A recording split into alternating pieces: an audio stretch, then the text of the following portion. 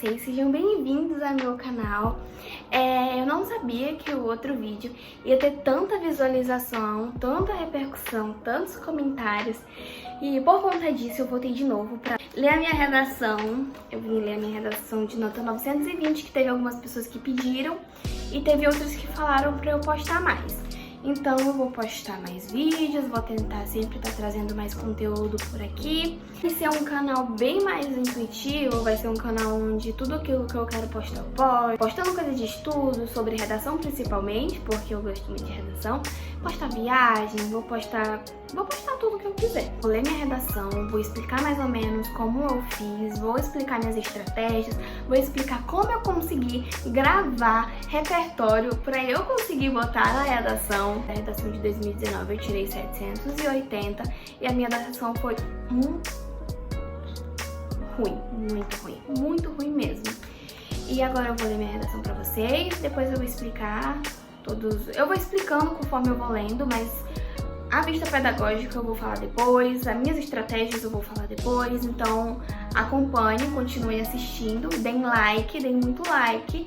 Deixa o gostei aqui embaixo, um comentário, me siga no meu Instagram, as pessoas que me chamaram. Fiquei muito feliz, de verdade, eu fiquei muito feliz. Muito obrigada, gente, de verdade, por todo o apoio, por todo o carinho. E agora a gente vai ler a redação.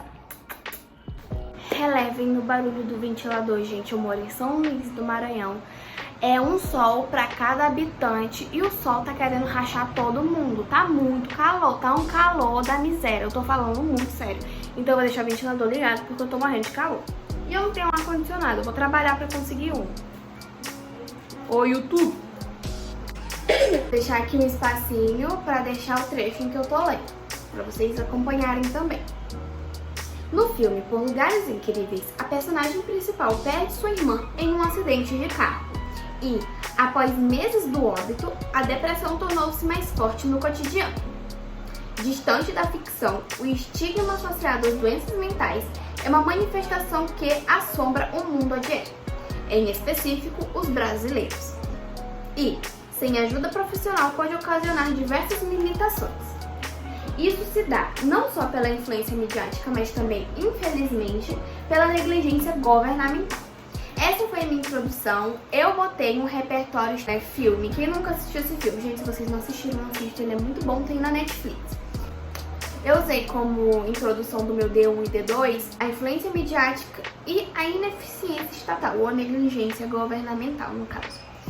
E basicamente é algo simples, algo básico. Agora vamos para o desenvolvimento 1. Nesse contexto, cabe ressaltar que o poder massivo da mídia é o empecilho no que concerne às cicatrizes das doenças mentais. Segundo essa perspectiva, Pierre Bourdieu defendeu que aquilo que foi criado para ser instrumento democrático não pode ser convertido a mecanismo de opressão. Sob esse viés, ao invés da rede massiva da mídia incentivar os indivíduos a procurarem amparo profissional e apresentar a real faceta das redes sociais, a ação midiática consolida gradativamente no corpo social a falta de informação e a autocomparação a uma vida perfeita.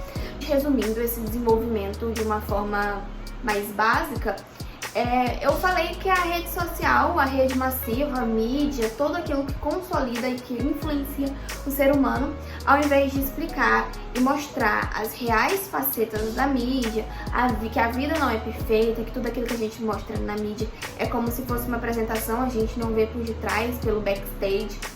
E é basicamente isso, eles não mostram, eles não informam, e isso consolida cada vez mais no problema que é os estigmas associados às doenças mentais e também a autocomparação. A gente tem o intuito de toda vez que vê algo na internet querer se comparar, mas a gente não sabe basicamente o que aquilo é de fato.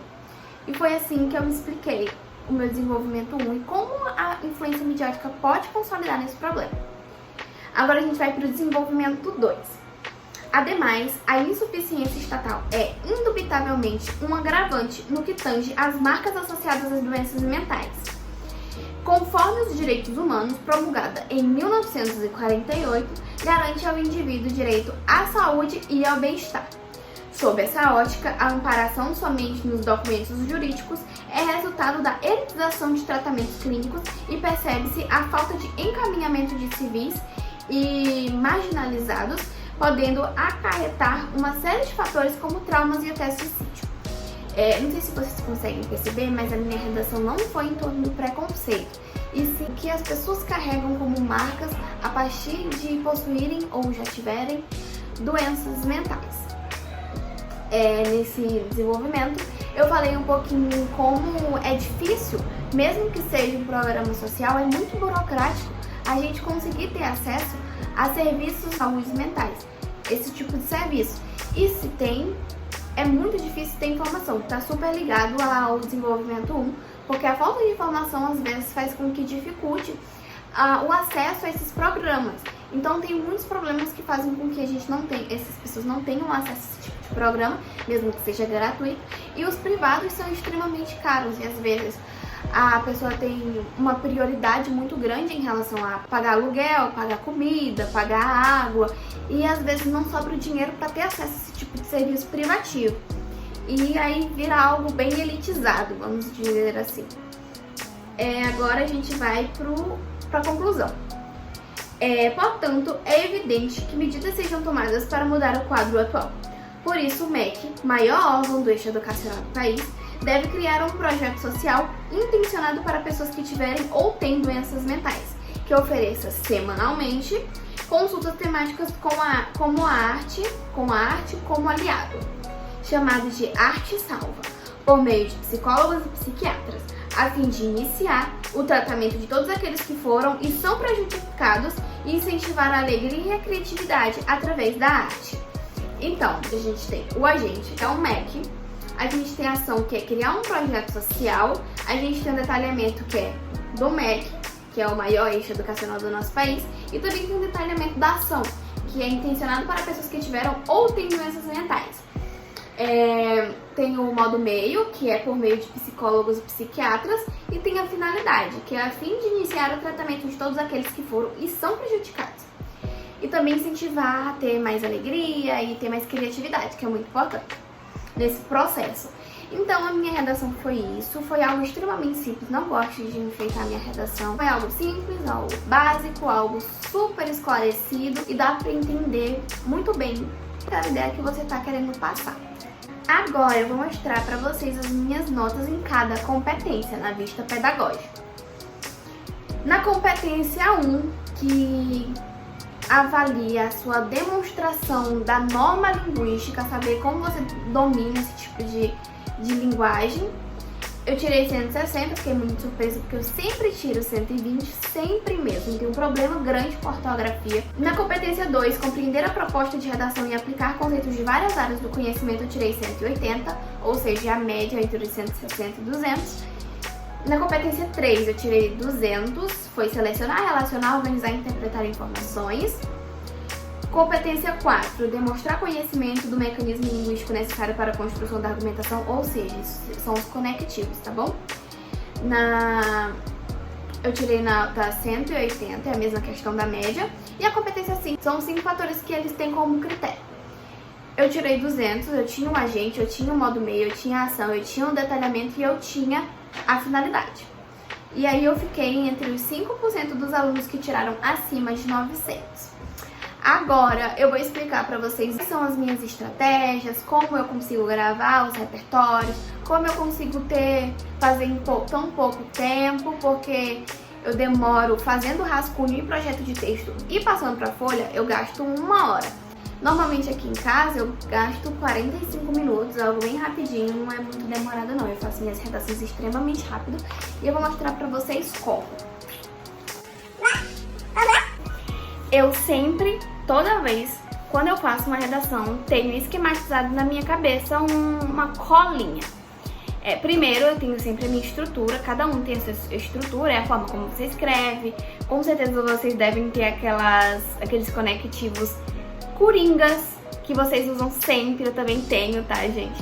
A forma como eu escrevo os meus desenvolvimentos são sempre os mesmos, basicamente, Os meus desenvolvimentos são argumentados através de análises que a gente tem na nossa sociedade, coisas que a gente consegue perceber e consequências. Eu sempre coloco no final consequências, porque através dessa causa tem uma consequência. Eu sempre boto. Sempre boto. E eu tenho sempre esse esqueminha na minha cabeça. Eu vou colocar aqui na lateral, só um segundo. Eu vou colocar aqui no lateral cada tópico. Primeiro tem o embasamento, ou seja, o repertório. Eu sempre coloco certinho como eu vou escrever na redação, aí depois eu só pego e copio.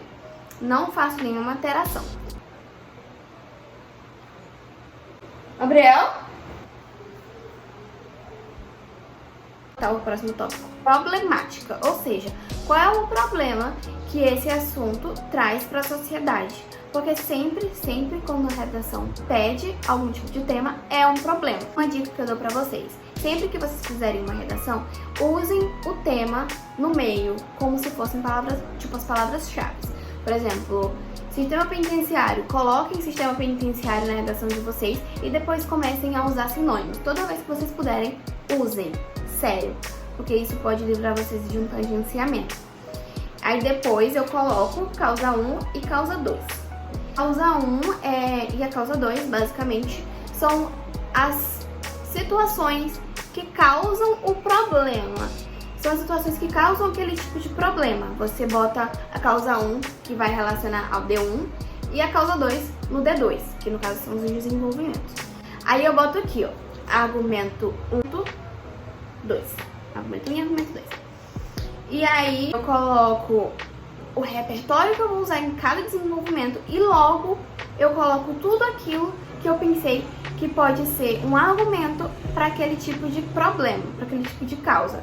Porque aquilo acontece, uma consequência deu a causa em relação ao problema. Aí depois é bem simples, eu coloco os tópicos de cada critério que o Enem pede. Eu sempre ponho no meu papel para não esquecer dos 5 critérios, que só você completando 5 critérios você já tem 200 pontos na mão, e é basicamente esse esqueminha que eu faço. Na minha casa, eu faço esse esqueminha e depois passo direto pra folha oficial. Mas no Enem eu faço esse esqueminha, depois eu passo pra folha de rascunho e depois pra folha oficial. E aí eu demoro mais ou menos 1 hora e 15. Outra coisa que eu tenho muito legal é pra memorizar todos os repertórios que eu tenho, além de filmes. Filmes eu não... É só eu ver o tema, eu penso num filme e eu boto esse filme. Mas em relação a citações, contextos históricos, enfim, tudo isso, eu tenho uma porta cheia de post-it com os repertórios. Eu indico muito para vocês colocarem algo que vocês olhem todos os dias, porque a partir daí você vai ter um interesse em ler, aí você vai lendo, e a partir daí você vai conseguindo botar na sua cabeça. Enfim, eu vou mostrar agora para vocês. Essa é a minha porta cheia de post-it com os repertórios. E um dia antes do Enem, eu sempre venho nessa porta, fico sentada aqui no chão e fico lendo todas esses repertórios pra eu gravar tudinho. E aí no dia eu tô bem tranquila pra fazer minha redação. É algo bem simples, eu faço algo extremamente rápido. É um negócio que pra mim é essencial fazer uma redação simples, mas que tenha todos os critérios necessários numa redação, toda a argumentação bem colocada e toda uma estrutura já pré-selecionada que me poupa tempo para as provas em si, que é o meu maior problema. Aliás, depois, se vocês quiserem, eu posso gravar um vídeo explicando mais ou menos como está sendo a minha rotina de estudo, o que eu faço para tentar melhorar, né? Porque eu quero medicina na UFMA ou no Selma, que é uma privada pelo ProUni, e eu espero que eu consiga. E, gente, é basicamente isso. A minha redação saiu, eu falei, expliquei tudo direitinho pra vocês, mostrei as minhas estratégias.